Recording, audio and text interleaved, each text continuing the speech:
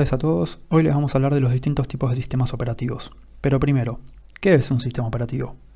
Un sistema operativo es un software fundamental que gestiona los recursos de hardware y provee servicios a los programas de aplicación en una computadora.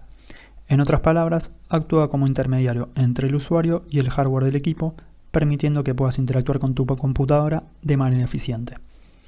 Realiza dos funciones básicas que no están relacionadas entre sí, que son proporcionar a los programadores de aplicaciones y a los programas de aplicación un conjunto abstracto de recursos simples en vez de los complejos conjuntos de hardware y administrar estos recursos de hardware. Pero, ¿qué es esto de administrar recursos de hardware? Por ejemplo, para leer un disco duro se debe tener en cuenta la dirección del bloque de disco a leer, el número de sectores por pista, el modo de grabación utilizado en el medio físico, el espacio de separación entre estos sectores, lo que se debe hacer con una marca de dirección de datos eliminados, si el motor del disco está apagado o no, entre otras cosas. Para abstraerse de todo esto es que entra en juego el sistema operativo. Otro ejemplo, si nos remontamos a los orígenes de las computadoras, donde para ejecutar un trabajo, es decir, un programa o conjunto de programas, el programador primero escribía el programa en papel, ya sea en Fortran, COBOL o lenguaje ensamblador, y después lo pasaba a tarjetas perforadas. Luego llevaba el conjunto de tarjetas al cuarto de entrada de datos y lo entregaba a uno de los operadores.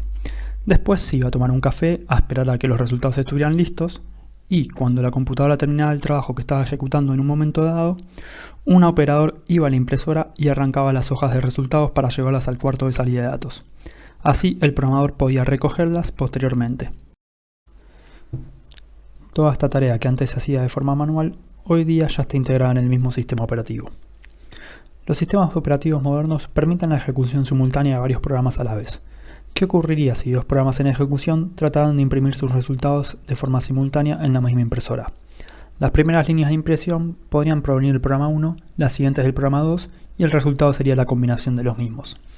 El sistema operativo puede imponer orden, guardando en búferes de disco toda la salida destinada para la impresora del programa 2 y, cuando el primer programa termine de usarla, asignarla al segundo programa. En resumidas, podemos decir que las principales funciones de un sistema operativo son la ejecución de programas, brindar una interfaz de usuario, hacer de interfaz con los dispositivos, administrar la memoria, administrar los dispositivos de entrada y salida, administrar los archivos y la comunicación entre los programas. ¿Qué entendemos cuando hablamos de tipos de sistemas operativos? Tannenbaum en su libro menciona los siguientes tipos, de los cuales vamos a ir hablando en detalle. Sistemas operativos mainframe.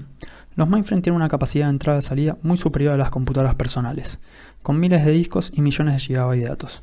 Se utilizan como servidores web de alto rendimiento, servidores para sitios de comercio electrónico a gran escala y servidores para transacciones de negocio a negocio, bancos.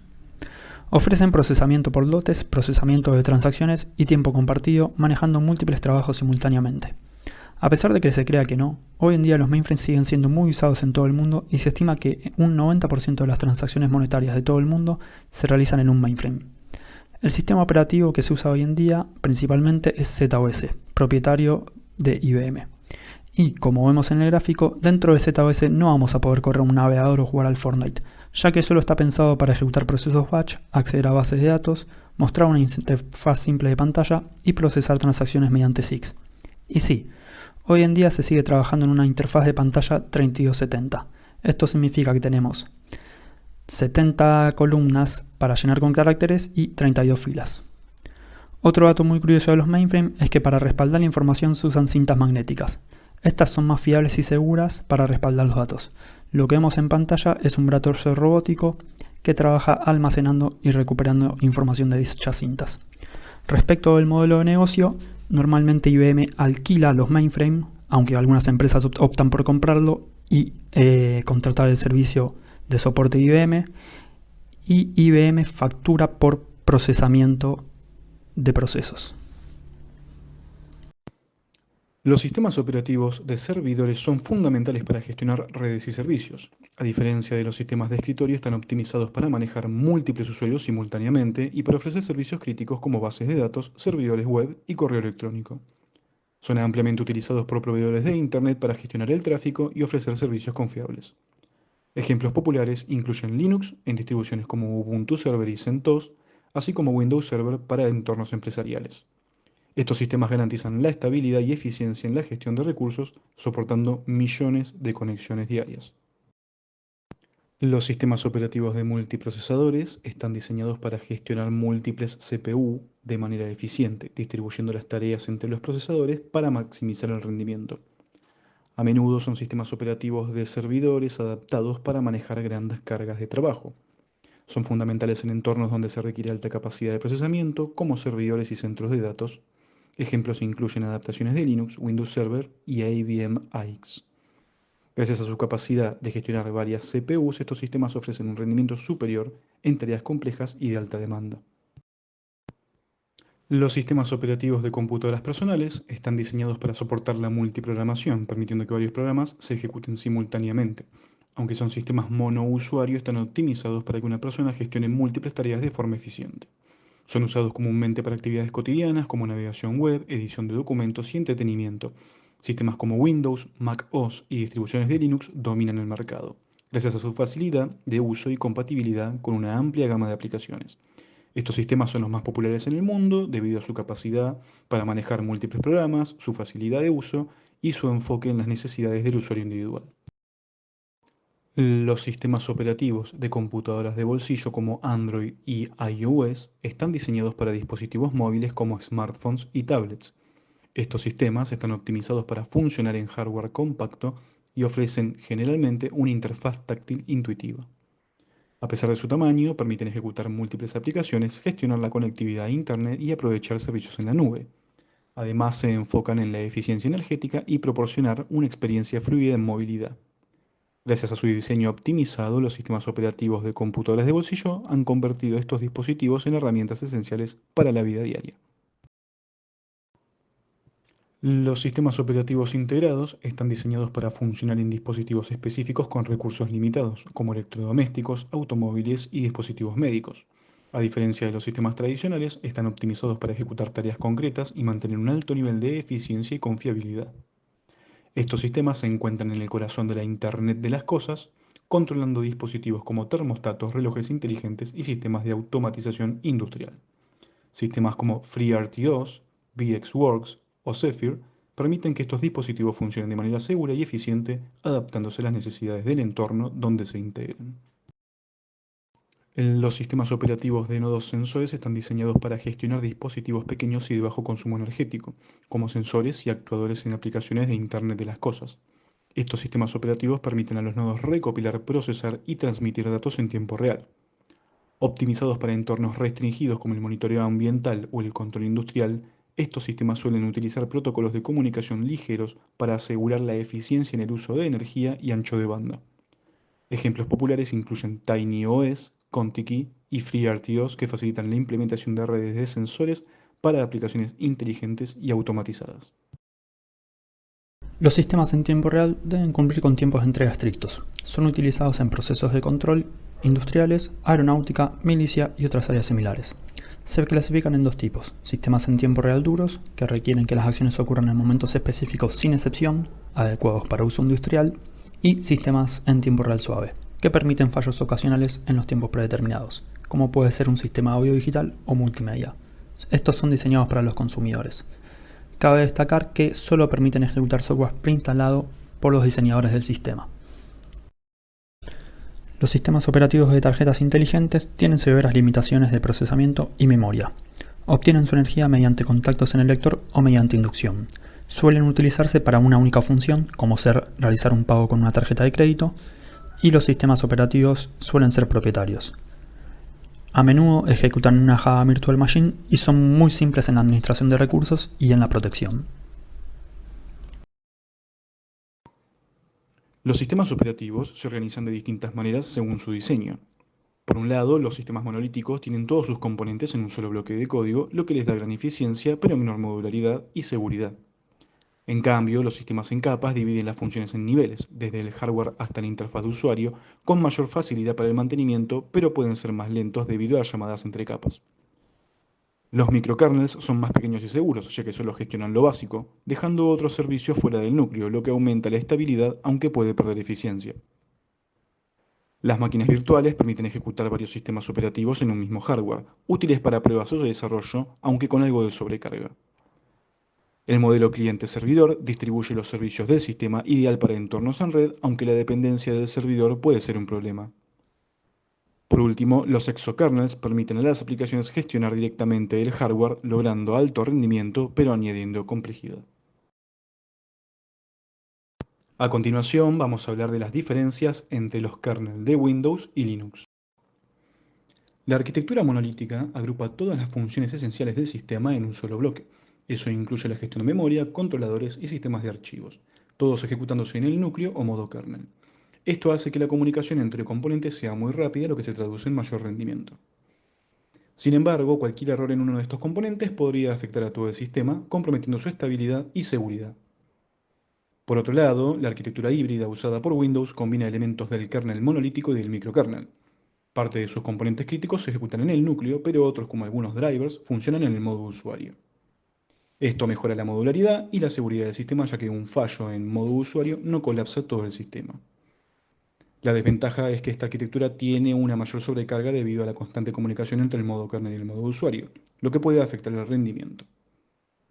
En resumen, mientras que la arquitectura monolítica prioriza la velocidad, la híbrida busca un equilibrio entre rendimiento, seguridad y modularidad.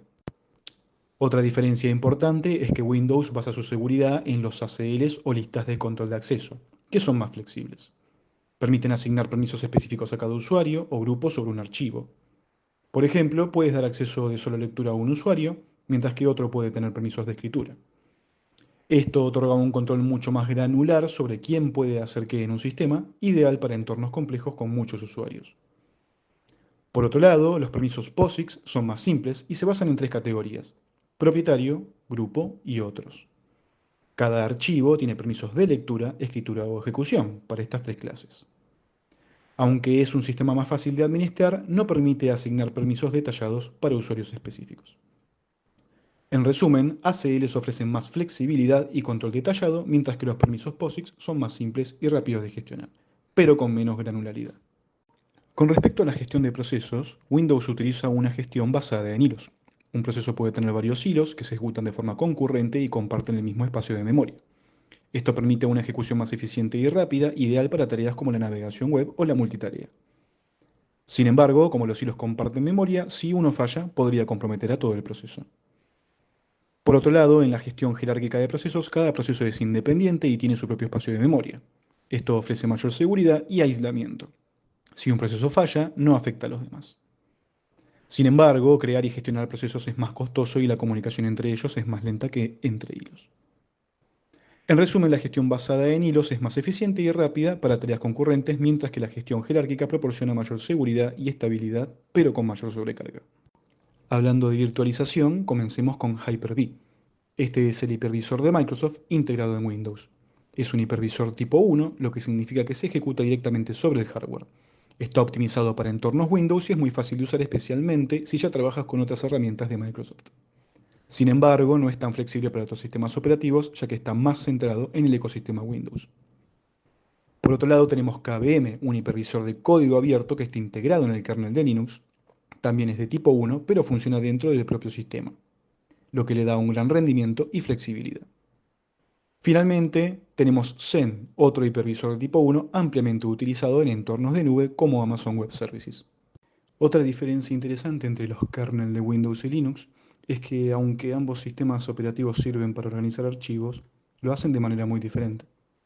En Windows, la estructura de directorios es jerárquica y se basa en letras de unidad, como C dos puntos contra barra y T dos puntos.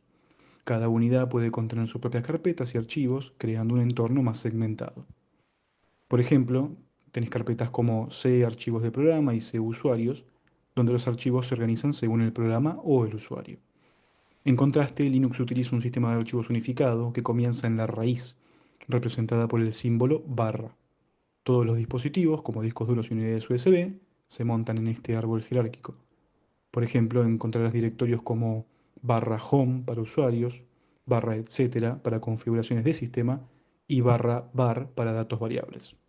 Esta diferencia en estructura facilita la administración en Linux, ya que todo está accesible desde un único punto. En Windows la separación en unidades puede ser más intuitiva para algunos usuarios, pero puede complicar la navegación. En resumen, Windows organiza sus directorios en múltiples unidades, mientras que Linux utiliza un único árbol jerárquico, ofreciendo así una forma diferente de gestionar y acceder a los archivos.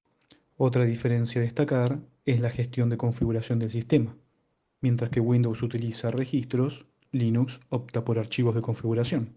Y aunque ambos gestionan la configuración del sistema, lo hacen de maneras muy diferentes. En Windows, el registro es una base de datos jerárquica que almacena configuraciones del sistema y aplicaciones en claves y valores. Se accede mediante el editor de registro y debe modificarse con precaución, ya que un cambio incorrecto puede causar problemas en el sistema. Por otro lado, Linux utiliza archivos de configuración de texto, que se encuentran principalmente en el directorio /etc. y en las carpetas de usuario. Estos archivos son legibles y fáciles de editar con cualquier editor de texto, lo que facilita la modificación de la configuración. Mientras que el registro de Windows centraliza la configuración, lo que puede hacerlo más complejo, en Linux cada aplicación tiene su propio archivo, lo que permite una administración más modular y accesible. En cuanto a la portabilidad, los archivos de configuración de Linux son fáciles de copiar y respaldar, mientras que hacer un registro respaldado de Windows puede ser complicado. En resumen, Windows utiliza un sistema centralizado y jerárquico a través del registro, mientras que Linux adopta un enfoque modular con archivos de configuración de texto, lo que ofrece una mayor flexibilidad y facilidad de uso. Por último, podemos mencionar algunas diferencias como por ejemplo el código fuente, donde el Windows es cerrado mientras que Linux es de código abierto, lo que permite a cualquiera modificarlo y distribuirlo. En cuanto a compatibilidad, Windows es más compatible con aplicaciones comerciales y juegos, mientras que Linux ofrece una mayor flexibilidad con software y sistemas más diversos. Respecto a licencias, Windows es propietario, requiriendo pagos para su uso, mientras que Linux usa licencias GPL, lo que permite su uso gratuito y modificación. Finalmente, los drivers de Windows son desarrollados principalmente por fabricantes, mientras que Linux depende en gran medida de la comunidad y contribuciones de terceros. Y con esto concluimos nuestra presentación sobre los sistemas operativos. Agradecemos que nos hayan acompañado en este recorrido por el corazón de nuestros dispositivos. Hasta la próxima.